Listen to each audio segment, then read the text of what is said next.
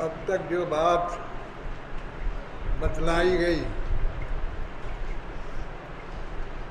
اس سے مقصد یہ تھا جو حدیث کی تعریف کی گئی ما وظیف علی النبی صلی اللہ علیہ وسلم قولا و فعلا و تقریرا،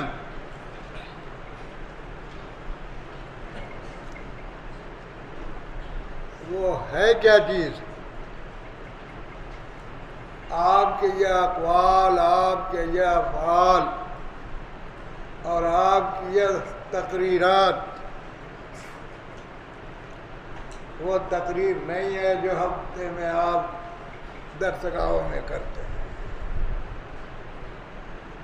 قرر یقرر تقریرا، باقی رکھنا، ثابت رکھنا، اس معنی کر کے یہ تقریر ہے کہ نبی نے اس کو باقی رکھا جو دوسرا کر رہا تھا، کر رہا تھا۔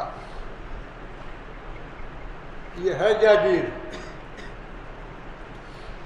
اس کے لیے میں نے بتلایا کہ یہ چیز نبی کریم علیہ السلام کے سلسلے میں اللہ تبارک تعالی نے ان کے لیے فریضہ، ان کی ذمہ داری جو بتلائی، یتلو علیہم آیاتہ وَيُعَلِّمُهُمُ الْكِتَابَ، تو کتاب کی تعلیم دیتے تھے اس کے تلاوت کرنے کے بعد، اس کے پڑھنے کے بعد۔ اب کتاب کی تعلیم کا کیا مطلب ہے؟ قرآن کی دوسری دو آیتوں سے لِتُبَيِّنَ لِلنَّاسِ، دو جگہ آیا، اور تیسری آیت اِنَّا عَلَيْنَا جَمْعَهُ وَقُرْآنَهُ ثُمَّ اِنَّا عَلَيْنَا بَيَانَهُ، پھر ہمارے ذمے اسی پڑھے ہوئے کو، جس کی تلاوت تم کرو گے، اس کا بیان کرنا ہے، اس کی وضاحت کرنی ہے۔ تو اللہ تعالی نے اپنے ذمے لیا اس کی تبیین اور تشریح،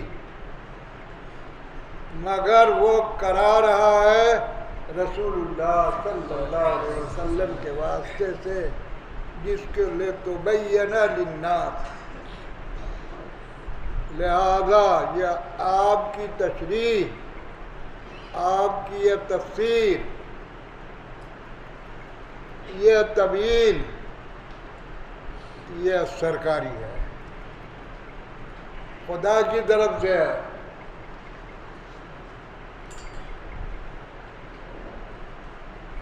اس لیے وہ قطعی ہے، وہی ہے، اس کے خلاف دوسرے مطلب کو بیان کرنا یہ باطل ہوگا۔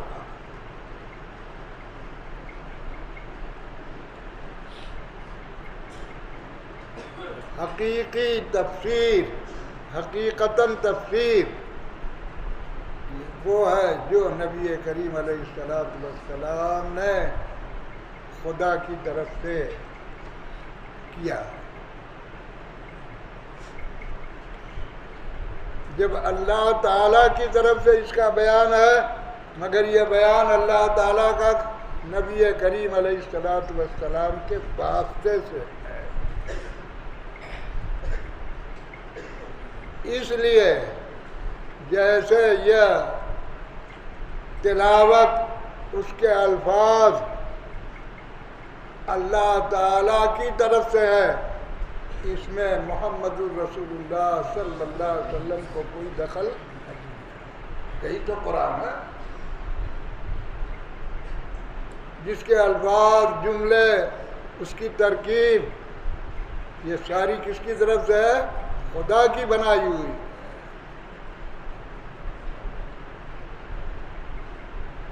رسول اللہ صلی اللہ علیہ وسلم اسی کو پڑھ رہے، اور اسی کو پڑھا رہے.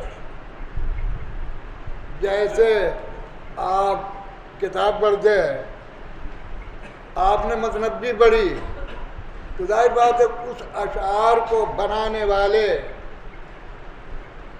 آپ نہیں ہیں. آپ تو وہ بنا ہوا ہے جس کو متنبی نے بنا رکھا, آپ اس کو اپنی زبان سے ادا کرتے ہیں.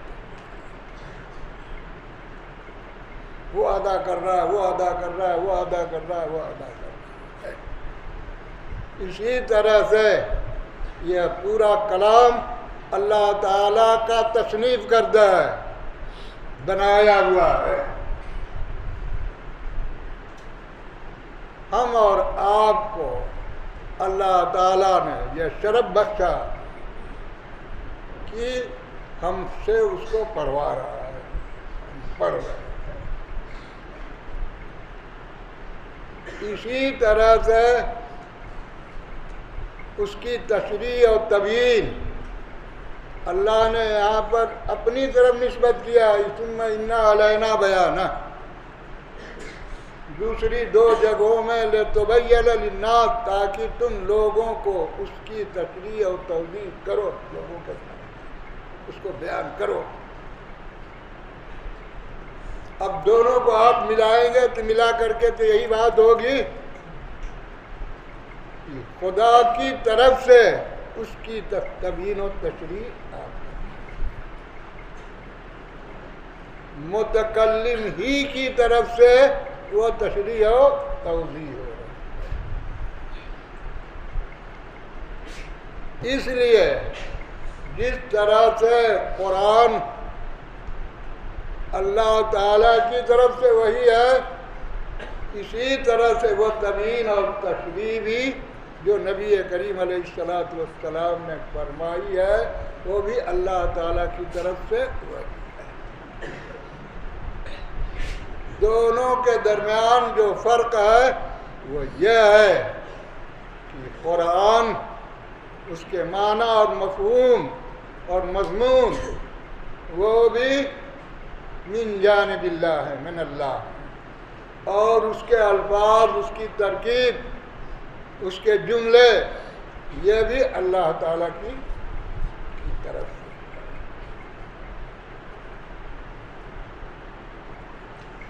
اور جو آپ کی تشریح اور تفسیر ہے اس کے معنی اور مضمون اور مفہوم وہ کیا ہے, اللہ کی طرف سے,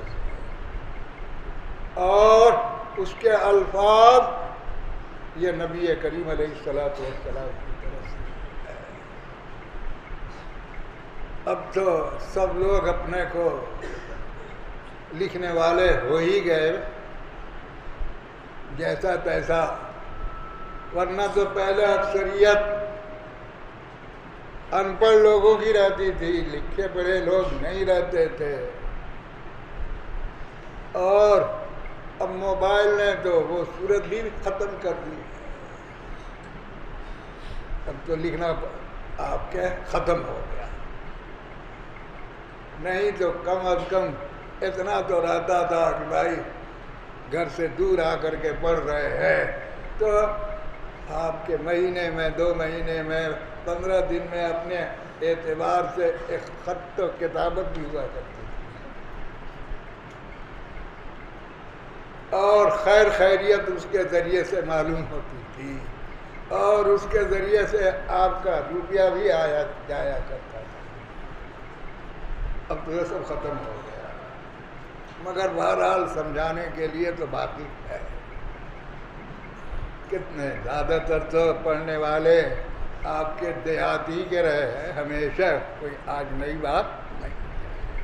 یہ اور بات ہے کہ وہ پڑھ کر کے پھر شہر میں آ گئے, ورنہ تم جتنے بڑے بڑے لوگوں کو دیکھو گے وہ سب آپ کے دیہات و قصبات ہی کے رہنے والے, پھر پڑھ لکھ کر کے ادھر ادھر آپ کے چلے گئے.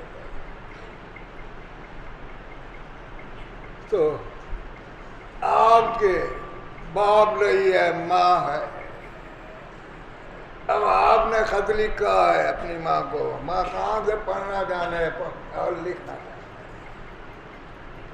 مگر جب آپ کا خط پہنچتا ہے تو آپ کے پڑوس میں کوئی پڑھا لکھا ہے، اس کے پاس لے جاتی ہے، کہتی ہے بابو نے کیا لکھا ہے، کیا وہ خط پڑھتی ہے، اس کا جواب دیتی ہے، تو وہ کارڈ اور لفافہ جو بھی ہو بہرحال لے کر کے جاتی ہے اور وہ بتلاتی ہے کہ یہ لکھ دو، اور جو آپ اس کے پڑوسی میں مولانا صاحب ہیں یا پڑھے لکھے ہیں، آپ اس کو لکھتے ہیں، جو آپ لکھ رہے ہیں وہ تو آپ کے الفاظ ہیں، معنی اور مفہوم کس کا ہے؟ وہ آپ کی ماں کا، انہی کے مطلب کی کہہ رہا ہوں، زبان میری ہے بات ان کی ہے۔ تو یہ احادیث، یہ تبیین و تشریح نبی کریم علیہ السلام کی بات تو اللہ تعالیٰ کی ہے، مگر اس کو ہمارے سامنے اپنے الفاظ میں پیش کرنا ہے۔ یہی فرق ہے قرآن میں اور حدیث کے اندر۔ جیسے اللہ تعالیٰ کی ذات جیسی کوئی ذات نہیں ہے، اللہ تعالیٰ کی صفات جیسی کسی کی صفت نہیں ہے، اس طرح کا کسی کا علم نہیں ہے، اس طرح کی قدرت کسی کے پاس نہیں ہے، اسی طرح سے اس کی طرح سے کسی کا کلام بھی نہیں ہے، اسی طرح سے اس کے جو افعال ہیں اس طرح کے افعال کسی اور کے نہیں ہیں، اس کے مخلوقات جیسی ہیں ویسی کسی اور کی بنائی ہوئی کی نہیں ہو سکتی، اس لیے اس کا کلام لفظی جیسا ہے ویسا کلام لفظی کسی دوسرے کا نہیں ہو سکتا، یہ تو اور چیز ہے، ویسا نہیں ہو سکتا ہے۔ تم سب مل جل کر کے بھی ایسا کلام پیش کرو گے تو تم نہیں لا سکتے۔ ان کنتم فی ریب مما نزلنا علی عبدنا فاتوا بسورۃ من مثلہ وادعوا شہداءکم من دون اللہ، تم کیا جتنے بھی تمہارے مددگار ہو سکتے ہیں سب مل کر کے اس طرح کے ایک سورہ لا دو، تو تم کوشش کرتے کرتے مر جاؤ گے مگر نہیں لا سکتے، اور لوگوں نے کوششیں کی اور آپ کے کبھی بھی وہ نہ آپ کے کامیاب نہیں ہوئے اور نہ ہو سکتے، یہ اور چیز ہے۔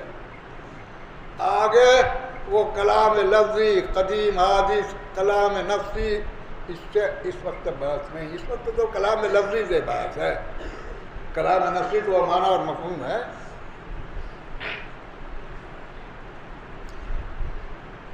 تو یہ بھی اللہ ہی کی طرف سے ہے،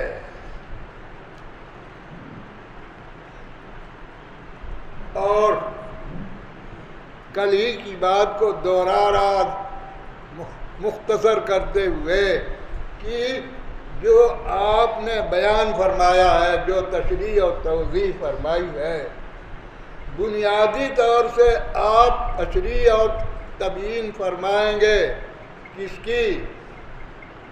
مجملات کی، اس لیے کہ بلا تشریح کیے ہوئے اس کو کوئی سمجھنا چاہے تو سمجھ ہی نہیں سکتا،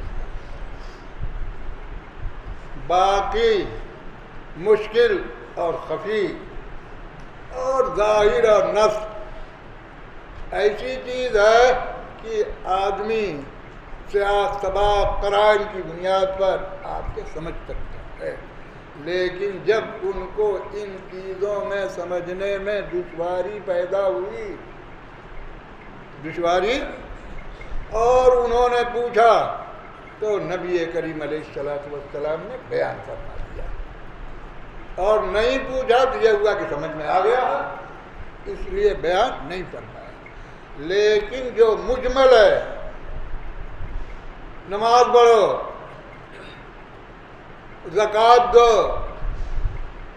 روزہ رکھو، حج کرو، اس کے بارے میں پوچھنے کی ضرورت نہیں تھی، اب خود آپ نے اس کو بیان فرمایا،